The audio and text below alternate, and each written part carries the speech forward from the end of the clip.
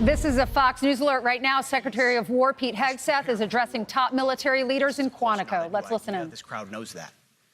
The origin dates to the 4th century Rome and has been repeated ever since, including by our first commander-in-chief, George Washington, the first leader of the War Department. It captures a simple yet profound truth. To ensure peace, we must prepare for war. From this moment forward, the only mission of the newly restored Department of War is this: warfighting, preparing for war and preparing to win, unrelenting and uncompromising in that pursuit. Not because we want war, no one here wants war, but it's because we love peace. We love peace for our fellow citizens. They deserve peace, and they rightfully expect us to deliver it. Our number one job, of course, is to be strong so that we can prevent war in the first place. The president talks about it all the time. It's called peace through strength. And as history teaches us, the only people who actually deserve peace are those who are willing to wage war to defend it. That's why pacifism is so naive and dangerous. It ignores human nature and it ignores human history. Either you protect your people and your sovereignty, or you will be subservient to something or someone. It's a truth as old as time. And since waging war is so costly in blood and treasure, we owe our republic a military that will win any war we choose or any war that is thrust upon us. Should our enemies choose foolishly to challenge us, they will be crushed by the violence, precision, and ferocity of the War Department. In other words, to our enemies, FAFO. If necessary, our troops can translate that for you. Another way to put it is peace through strength, brought to you by the warrior ethos. And we are restoring both. As President Trump has said, and he's right, we have the strongest, most powerful, most lethal, and most prepared military on the planet. That is true, full stop. Nobody can touch us. It's not even close. This is true largely because of the historic investments that he made in his first term, and we will continue in this term. But it's also true because of the leaders in this room and the incredible troops that you all lead. But the world, and as the chairman mentioned, our enemies get a vote. You feel it, I feel it. This is a moment of urgency, mounting urgency. Enemies gather, threats grow. There is no time for games. We must be prepared. If we're going to prevent and avoid war, we must prepare now. We are the strength part of peace through strength. And either we're ready to win or we are not. You see, this urgent moment, of course, requires more troops, more munitions, more drones, more Patriots, more submarines, more B-21 bombers. It requires more innovation, more AI in everything and ahead of the curve. More cyber effects, more counter-UAS, more space, more speed. America is the strongest, but we need to get stronger and quickly. The time is now, and the cause is urgent. The moment requires restoring and refocusing our defense industrial base, our shipbuilding industry, and onshoring all critical components. It requires, as President Trump has done, getting our allies and partners to step up and share the burden. America cannot do everything. The free world requires allies with real hard power, real military leadership, and real military capabilities. The War Department is tackling and prioritizing all of these things. And I'll be giving a speech next month that'll showcase the speed, innovation, and generational acquisition reforms we are undertaking urgently. Likewise, the nature of the threats we face in our hemisphere and in deterring China is another speech for another day, coming soon. This speech today, as I drink my coffee, this speech Today is about people, and it's about culture. The topic today is about the nature of ourselves. Because no plan, no program, no reform, no formation will ultimately succeed unless we have the right people and the right culture at the War Department. If I've learned one core lesson in my 8 months in this job, it's that personnel is policy. Personnel is policy. The best way to take care of troops is to give them good leaders committed to the warfighting culture of the department. Not perfect leaders, good leaders. Competent, qualified, professional, agile, aggressive, innovative, risk-taking, apolitical, faithful to their oath and to the Constitution.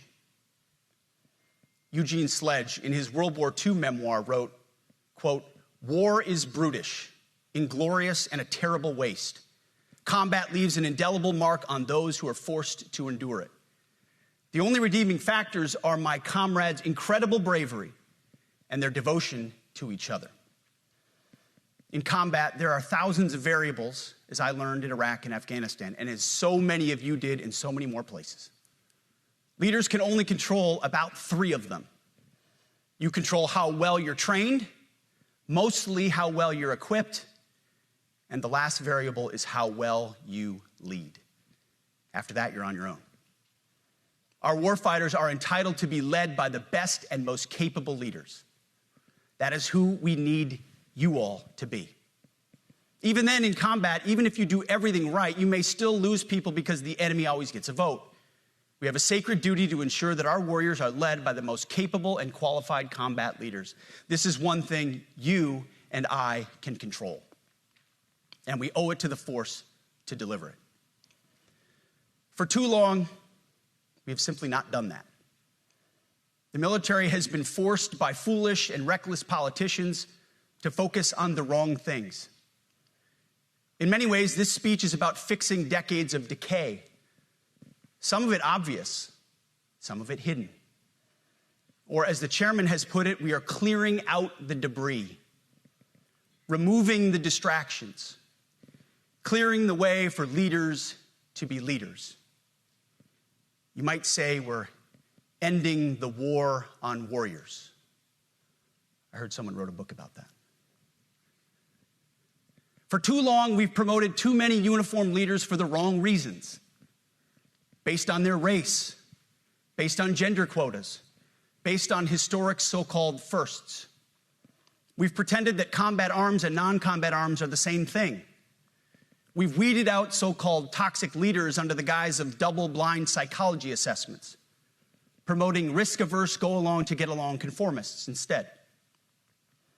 You name it, the department did it.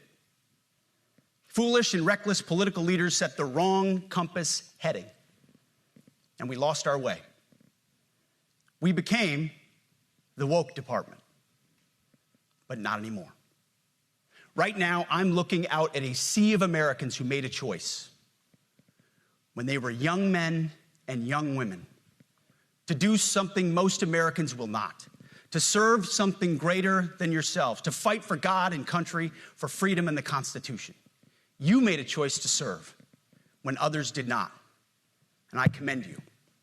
You are truly the best of America. But this does not mean, and this goes for all of us, that our path to this auditorium on this day was a straight line, or that the conditions of the formations we lead are where we want them to be. You love your country, and we love this uniform, which is why we must do better.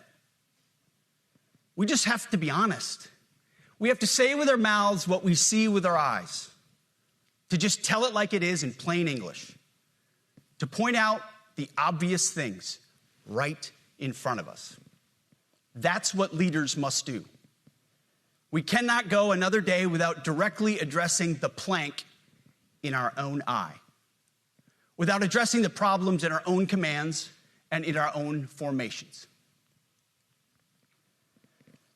This administration has done a great deal from day one to remove the social justice, politically correct, and toxic ideological garbage that had infected our department, to rip out the politics. No more identity months, DEI offices, dudes in dresses. No more climate change worship. No more division, distraction, or gender delusions. No more debris. As I've said before, and will say again, we are done with that shit. I've made it my mission to uproot the obvious distractions that made us less capable and less lethal. That said, the War Department requires the next step. Underneath the woke garbage is a deeper problem, and a more important problem that we are fixing and fixing fast.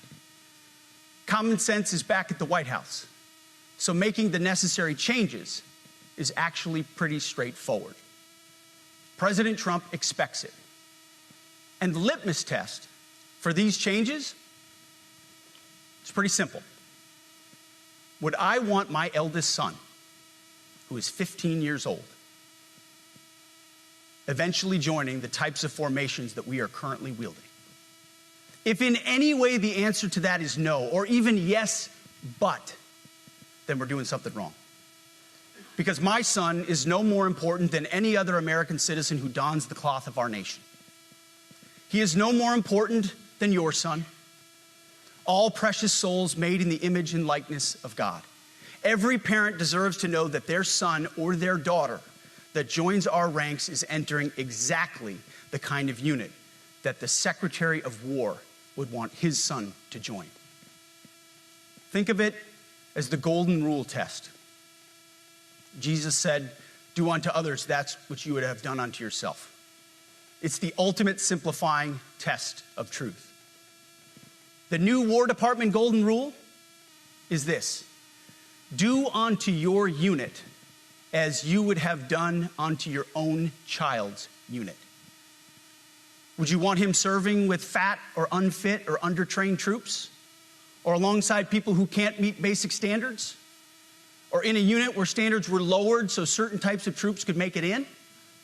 In a unit where leaders were promoted for reasons other than merit, performance, and warfighting? The answer is not just no, it's hell no. This means at the War Department, first and foremost, we must restore a ruthless, dispassionate, and common sense application of standards.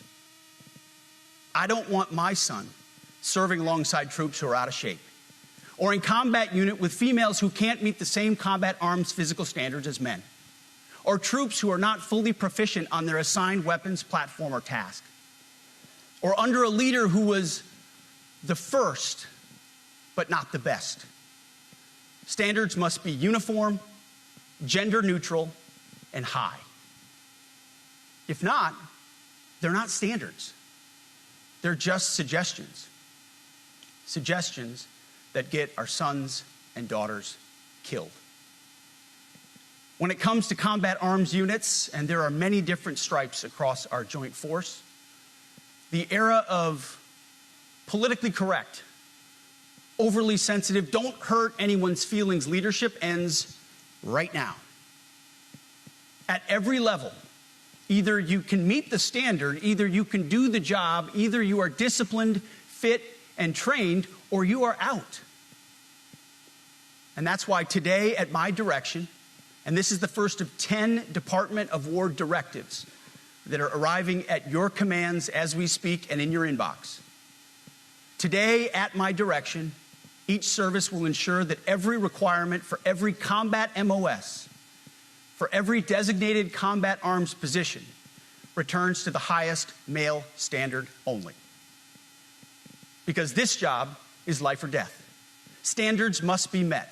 And not just met, at every level we should seek to exceed the standard, to push the envelope, to compete. It's common sense and core to who we are and what we do. It should be in our DNA.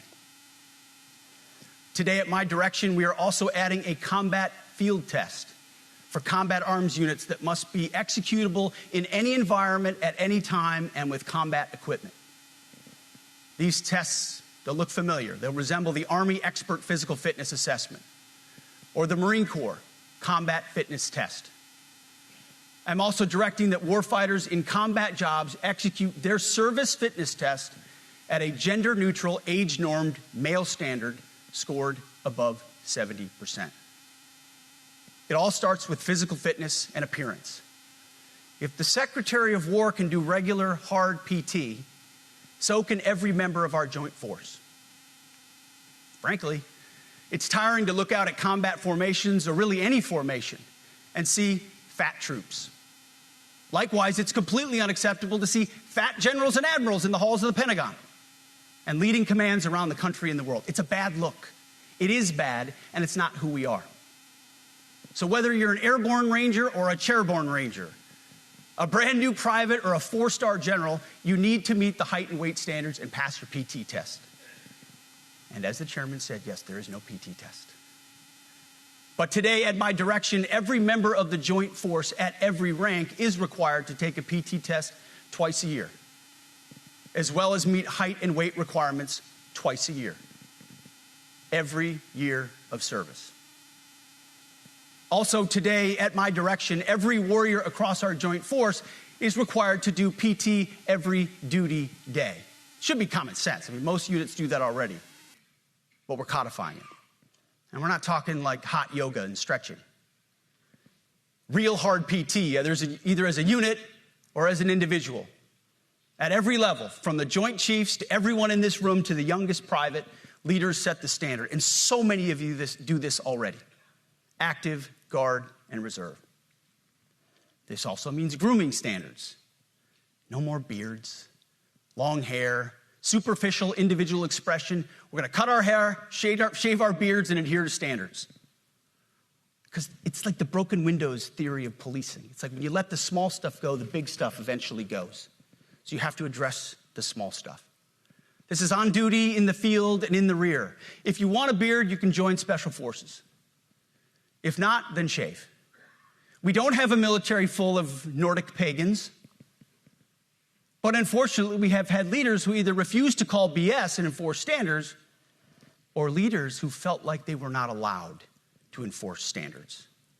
Both are unacceptable. And that's why today, at my direction, the era of unprofessional appearance is over. No more beardos. The era of rampant and ridiculous shaving profiles is done. Simply put, if you do not meet the male-level physical standards for combat positions, cannot pass a PT test, or don't want to shave and look professional, it's time for a new position or a new profession.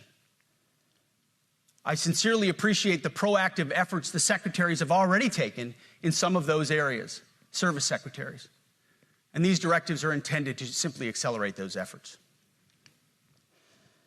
On the topic of standards, allow me a few words to talk about toxic leaders.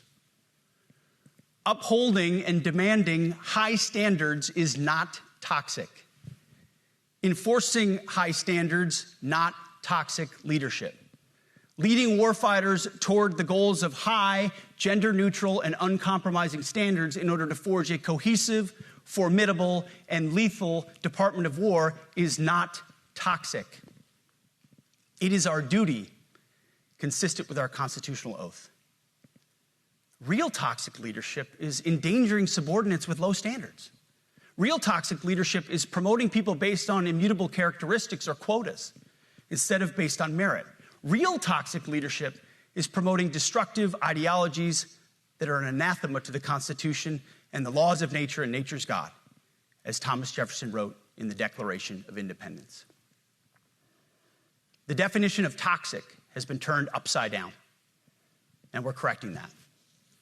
That's why today, at my direction, we're undertaking a full review of the department's definitions of so-called toxic leadership, bullying, and hazing, to empower leaders to enforce standards without fear of retribution or second guessing. Of course, you can't do like nasty bullying and hazing. We're talking about words like bullying and hazing and toxic. They've been weaponized and bastardized inside our formations, undercutting commanders and NCOs. No more. Setting, achieving, and maintaining high standards is what you all do. And if that makes me toxic, then so be it. Second, today at our direction, we're ensuring that every service, every unit, every schoolhouse, and every form of professional military education conduct an immediate review of their standards. Now, we've done this in many places already, but today it goes across the entire Department of War. Any place where tried and true physical standards were altered, especially since 2015 when combat arms standards were changed to ensure females could qualify, must be returned to their original standard. Other standards have been manipulated to hit racial quotas as well, which is just as unacceptable. This too must end. Merit only. The president talks about it all the time, merit-based. Here are two basic frameworks I urge you to pursue in this process. Standards I call, my staff's heard all about them, the 1990 test and the E6 test. The 1990s test is simple. What were the military standards in 1990? And if they have changed, tell me why.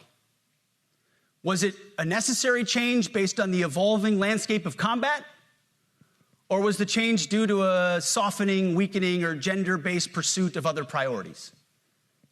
1990s seems to be as good a place to start as any. And the E6 test. Ask yourself, does what you're doing make the leadership, accountability, and lethality efforts of an E6, or frankly an O3, does it make it easier or more complicated?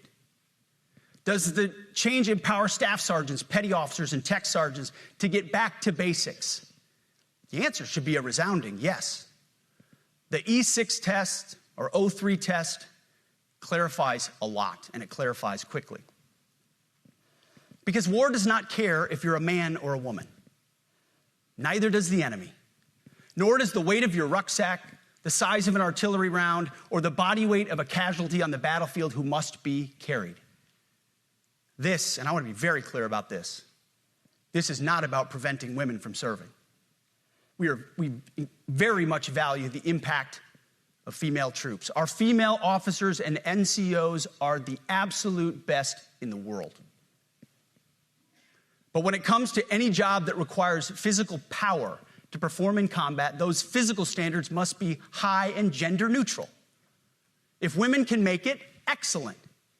If not, it is what it is.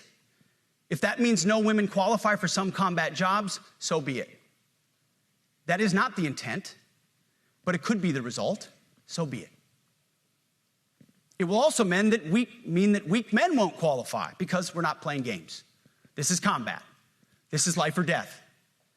As we all know, this is you versus an enemy hell-bent on killing you. To be an effective, lethal fighting force, you must trust that the warrior alongside you in battle is capable, truly physically capable of doing what is necessary under fire. You know this is the only standard you would want for your kids and for your grandkids. Apply the War Department Golden Rule, the 1990 test, and the E6 test, and it's really hard to go wrong. Third, we are attacking and ending the walking on eggshells and zero defect command culture. A risk-averse culture means officers execute not to lose instead of to win. A risk-averse culture means NCOs are not empowered to enforce standards. Commanders and NCOs don't take necessary risks or make tough adjustments for fear of rocking the boat or making mistakes. A blemish-free record is what peacetime leaders covet the most, which is the worst of all incentives. We, as senior leaders, need to end the poisonous culture of risk aversion and empower our NCOs at all levels to enforce standards. Truth be told, for the most part, we don't need new standards. We just need to reestablish a culture where enforcing standards is possible. And that's why today, at my direction, I'm issuing new policies that will overhaul the IG, EO, and MEO processes. I call it the No More Walking on Eggshells policy. We are liberating commanders and NCOs. We are liberating you. We are overhauling an inspector general process, the IG, that has been weaponized, putting complainers, ideologues, and poor performers in the driver's seat. We're doing the same with the equal opportunity and military equal opportunity policies, the EO and MEO at our department. No more frivolous complaints, no more anonymous complaints, no more repeat complainants, no more smearing reputations, no more endless waiting, no more legal limbo, no more sidetracking careers, no more walking on eggshells. Of course, being a racist has been illegal in our formation since 1948. The same goes for sexual harassment. Both are wrong and illegal. Those kinds of infractions will be ruthlessly enforced. But telling someone to shave or get a haircut or to get in shape or to fix their uniform or to show up on time or to work hard, that's exactly the kind of discrimination we want. We are not civilians. You are not civilians. You are set apart for a distinct purpose. So we, as a department, need to stop acting and thinking like civilians and get back to basics and put the power back in the hands of commanders and NCOs. Commanders and NCOs who make life and death decisions. Commanders and NCOs who enforce standards and ensure readiness. Commanders and NCOs who, in this War Department, have to look in the mirror and have to pass the golden rule test. My kids, your kids, America's sons and daughters. So I urge you all here today and those watching, take this guidance and run with it. The core of this speech is the 10 directives we're announcing today. They were written for you, for Army leadership, for Navy leadership, for Marine Corps leadership, for Air Force leadership, Space Force leadership. These directives are designed to take the monkey off your back and put you, the leadership, back in the driver's seat. Move out with urgency because we have your back. I have your back. And the Commander-in-Chief has your back. And when we give you this guidance, we know mistakes will be made. It's the nature of leadership. But you should not pay for earnest mistakes for your entire career. And that's why today, at my direction, we're making changes to the retention of adverse information on personnel records that will allow leaders with forgivable, earnest, or minor infractions to not be encumbered by those infractions in perpetuity. People make honest mistakes, and our mistakes should not define an entire career. Otherwise, we only try not to make mistakes, and that's not the business we're in. We need risk takers and aggressive leaders and a culture that supports you. Fourth, at the War Department, promotions across the Joint Force will be based on one thing: merit. Colorblind, gender-neutral, merit-based. The entire promotion process, including evaluations of warfighting capabilities, is being thoroughly re-examined. We've already done a lot in this area, but more changes are coming soon. We'll promote top-performing officers and NCOs faster and get rid of poor performers more quickly. Evaluations, education, and field exercises will become real evaluations, not box checks, for every one of us at every level. These same reforms happened before World War II as well. General George Marshall and Secretary of War Henry Stimson did the same thing. And we won a world war because of it. As it happens, when he started the job, Chairman Kane gave me a frame and a photo to hang in my office. A matching frame and photo hangs in his. It's a photo of Marshall and Stimson preparing for World War II. Those two leaders famously kept the door open between their offices for the entirety of the war. They worked together, civilian and uniform, every single day. Chairman Kane and I do the same. There is no daylight between us. Our doors are always open. Our job together is to ensure our military is led by the very best, ready to answer the nation's call.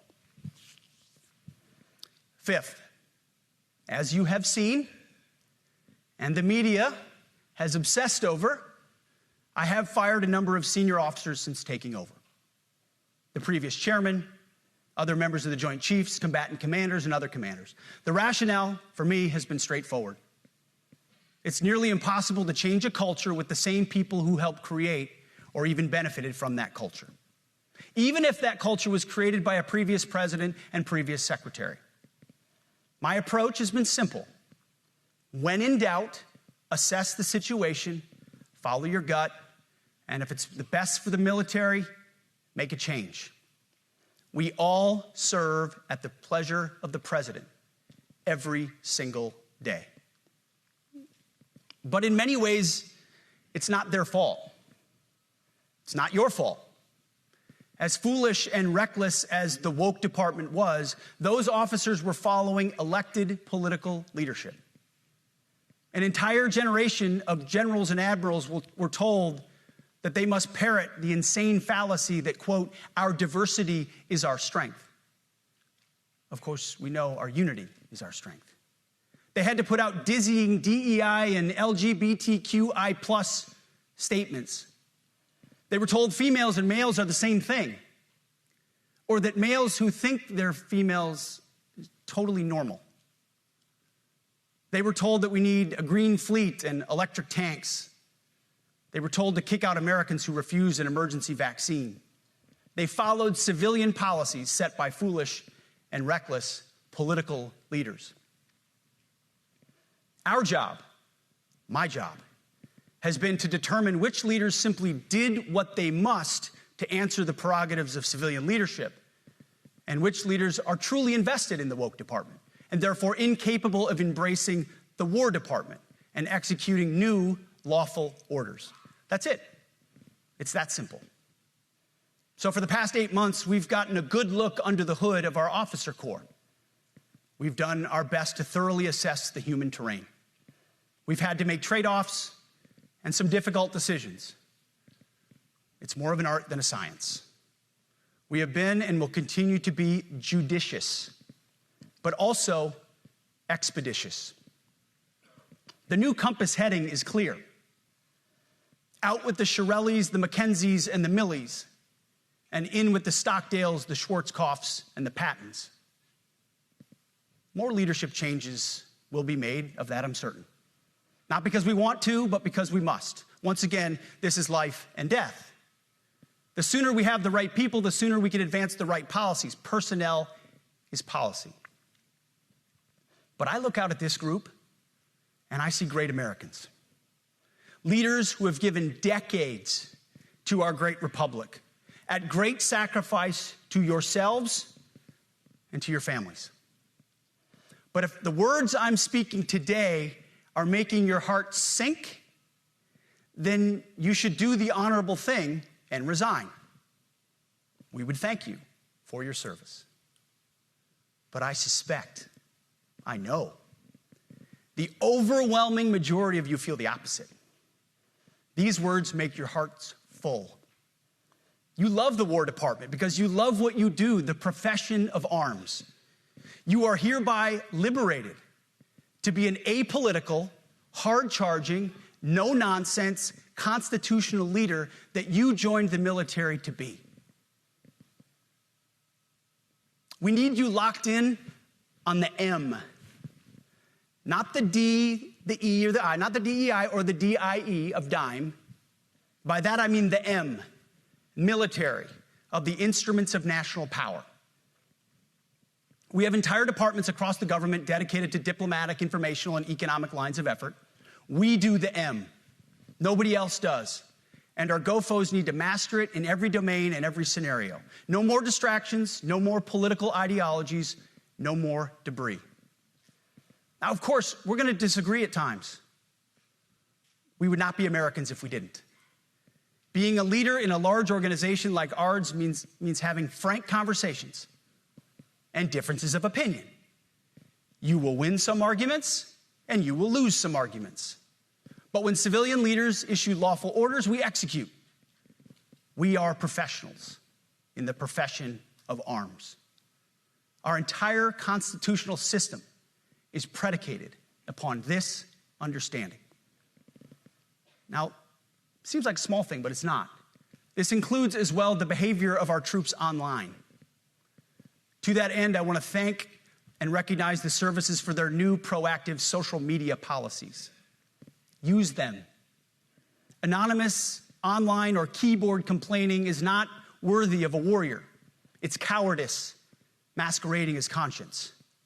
Anonymous, unit-level social media pages that trash commanders, demoralize troops, and undermine unit cohesion must not be tolerated. Again, O3s, E6s. Sixth, we must train and we must maintain. Any moment that we are not training on our mission or maintaining our equipment is a moment we are less prepared for preventing or winning the next war. That is why today, at my direction, we are drastically reducing the ridiculous amount of mandatory training that individuals and units must execute. We've already ended the most egregious. Now we're giving you back real time. Less PowerPoint briefings and fewer online courses, more time in the motor pool, and more time on the range. Our job is to make sure you have the money, equipment, weapons, and parts to train and maintain, and then you take it from there. You all know this because it's common sense. The tougher and the higher the standards in our units, the higher the retention rates in those units. Warriors want to be challenged. Troops want to be tested. When you don't train and you don't maintain, you demoralize. And that's when our best people decide to take their talents to the civilian world. The leaders who created the woke department have already driven out too many hard chargers. We reverse that trend right now. There is no world in which high-intensity war exists without pain, agony, and human tragedy. We are in a dangerous line of work. You are in a dangerous line of work. We may lose good people. But let no warrior cry out from the grave, "If only I had been properly trained." We will not lose warfighters because we failed to train or equip them or resource them. Shame on us if we do. Train like your warriors' lives depend on it, because they do. To that point, basic training is being restored to what it should be: scary, tough, and disciplined. We're empowering drill sergeants to instill healthy fear in new recruits, ensuring that future warfighters are forged. Yes, they can shark attack, they can toss bunks, they can swear, and yes, they can put their hands on recruits. This does not mean they can be reckless or violate the law, but they can use tried and true methods to motivate new recruits, to make them the warriors they need to be. Back to basics at basic as well. Of course, and you know this, basic training is not where mission readiness should end. The nature of the evolving threat environment demands that everyone in every job must be ready to join the fight if needed. A core credo of the Marine Corps is every Marine a rifleman. It means that everyone, regardless of MOS, is proficient enough to engage an enemy threat at sea, in the air, or in a so-called rear area. We need to ensure that every member of our uniformed military maintains baseline proficiency in basic combat skills, especially because the next war, like the last, will likely not have a rear area. Finally, as President Trump rightly pointed out when he changed the department name, the United States has not won a major theater war since the name was changed to the Department of Defense in 1947. One conflict stands out in stark contrast: the Gulf War. Why? Well, there's a number of reasons, but it was a limited mission with overwhelming force and a clear end state. But why did we execute and win the Gulf War the way we did in 1991? There's two overwhelming reasons. One was President Ronald Reagan's military buildup gave an overwhelming advantage. And two, military and Pentagon leadership had previous formative battlefield experiences. The men who led this department during the Gulf War were mostly combat veterans of the Vietnam War. They said never again to mission creep or nebulous end states. The same holds true today. Our civilian and military leadership is chock full of veterans from Iraq and Afghanistan who say never again to nation building and nebulous end states. This clear-eyed view, all the way in the White House, combined with President Trump's military buildup, postures us for future victories if And we will, and when we embrace the War Department. And we must. We are preparing every day. We have to be prepared for war, not for defense. We're training warriors, not defenders. We fight wars to win, not to defend. Defense is something you do all the time. It's inherently reactionary and can lead to overuse, overreach, and mission creep. War is something you do sparingly, on our own terms, and with clear aims. We fight to win. We unleash overwhelming and punishing violence on the enemy. We also don't fight with stupid rules of engagement. We untie the hands of our warfighters to intimidate, demoralize, hunt, and kill the enemies of our country. No more politically correct and overbearing rules of engagement. Just common sense, maximum lethality, and authority for warfighters. That's all I ever wanted as a platoon leader. And it's all my E6 squad leaders ever wanted, back to that E6 rule. We let our leaders fight their formations, and then we have their back. It's very simple, yet incredibly powerful. A few months ago, I was at the White House when President Trump announced his Liberation Day for America's trade policy. It was a landmark day. Well, today is another Liberation Day. The liberation of America's warriors, in name, in deed, and in authorities. You kill people and break things for a living. You are not politically correct and don't necessarily belong always in polite society. We are not an army of one. We are a joint force of millions of selfless Americans. We are warriors. We are purpose-built, not for fair weather, blue skies, or calm seas. We were built to load up in the back of helicopters, 5 tons, or Zodiacs in the dead of night, in fair weather or foul, to go to dangerous places, to find those who would do our nation harm, and deliver justice on behalf of the American people in close and brutal combat if necessary. You are different. We fight not because we hate what's in front of us. We fight because we love what's behind us. You see, the Ivy League faculty lounges will never understand us, and that's okay, because they could never do what you do. The media will mischaracterize us, and that's okay, because deep down they know the reason they can do what they do is you. In this profession, you feel comfortable inside the violence so that our citizens can live peacefully. Lethality is our calling card, and victory our only acceptable end state. In closing, a few weeks ago, at our monthly Pentagon Christian prayer service, I recited a commander's prayer. It's a simple yet meaningful prayer for wisdom for commanders and leaders. I encourage you to look it up if you've never seen it. But the prayer, it ends like this. And most of all, Lord, please keep my soldiers safe. Lead them, guide them, protect them, watch over them. And as you gave all of yourself for me, help me give all of myself for them. And amen. I have prayed this prayer time since I've had the privilege of being your secretary. And I will continue to pray this prayer for each of you as you command and lead our nation's finest. Go forth and do good things, hard things. President Trump has your back, and so do I. And you'll hear from him shortly. Move out and draw fire, because we are the War Department. Godspeed. I'm Steve Doocy. I'm Brian Kilmeade. And I'm Ainsley Earhart. And click here to subscribe to the Fox News YouTube page to catch our hottest interviews and most compelling analysis.